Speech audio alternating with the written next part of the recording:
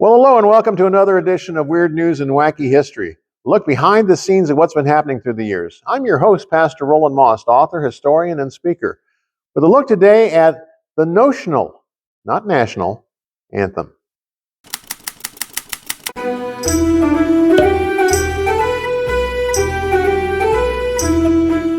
Until 1917, Russia's national anthem was God Save the Tsar.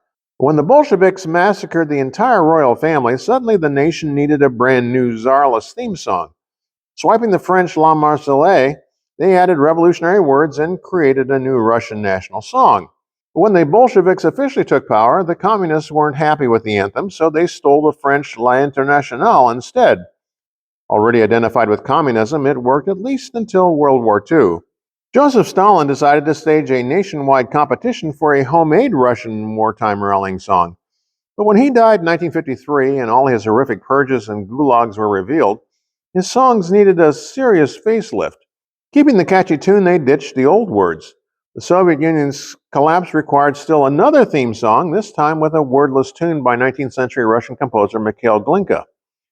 But you can't sing a wordless song. Vladimir Putin was embarrassed when Russian athletes looked lost during medal ceremonies at the Sydney Olympics. A new anthem was quickly pumped out, this one with words. A 2009 poll revealed that 81% liked the latest installment, sorta. At last, Russia has a national anthem for the ages. Or not. Some countries, on the other hand, don't even have a national anthem. Nothing brings a lump to the throat quite like watching a gold medal Olympic athlete get all teary-eyed on the podium whenever their national anthem is played. All except England, since it has no national anthem. Notice that I stressed England, not Great Britain. Great Britain is composed of Wales, Scotland, and Northern Ireland, each of which have their own individual anthems. But England, alas, is, and always has been, short their own national song. Okay, sure, they do adopt God Save the Queen in a pinch, but that is one mighty busy anthem. You see, God Save the Queen is also the national song of Antigua and Barbados, Australia and the Bahamas, and Belize and Bermuda, in Canada, Grenada, Jamaica, New Zealand, and St. Kitts and Nevis. We can't forget the Solomon Islands, Tuvalu, and of course the entire United Kingdom. In a pitch, they'll put out Land of Hope and Glory, I Vow to Thee, My Country, or Jerusalem. Sadly, none quite measure up to a national song. Then, to add insult to injury, the Yanks stole the tune to God Save the Queen for their own My Country 'Tis of Thee. The villains. England is currently up a tuneless creek without a musical paddle. Some folks simply have no idea what America's national anthem is. After years of German dominion, Sauce-Belle France was finally liberated by the 442nd Regimental Combat Team in 1944, and just in time for Christmas. U.S. troops dragged a huge fir tree into the town hall where villagers festooned it with handmade garlands and ornaments. Area mademoiselles sang French noëls and mangled English versions of White Christmas and Silent Night. The kids marveled at the dinner whipped up by the regimental cooks, all washed down with hot chocolate. GI Quartet warbled Hark the Herald Angels Sing in O Little Town of Bethlehem. Then the mayor and other officials gave solemn speeches of thanks. As the regimental band played after dinner American swing tunes, Colonel Miller, the unit commander, strode in full dress uniform. Impressed by his military splendor, the town priest asked the band to play the Star-Spangled Banner.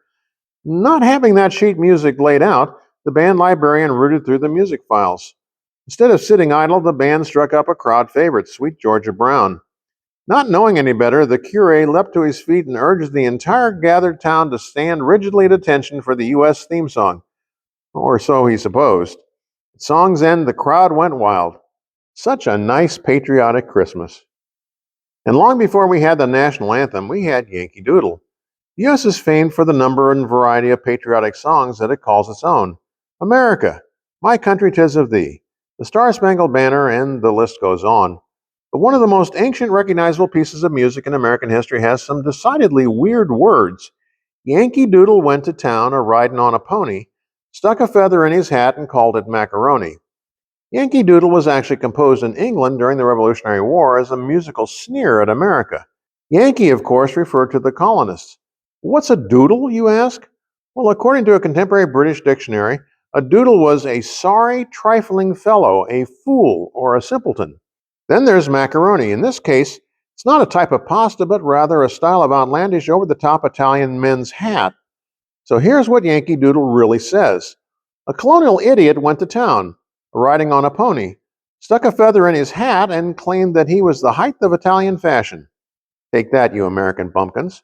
But only Americans would take a derisive song about how we dress and act and make it our own, and then turn it into a marching song for the troops. Na na na na na na. That's about all the time we have for this edition of Weird News and Wacky History, a look behind the scenes at what's been happening through the years. I'm Pastor Roland Moss, historian, author, and speaker, wishing that all your news may be just a little bit weird.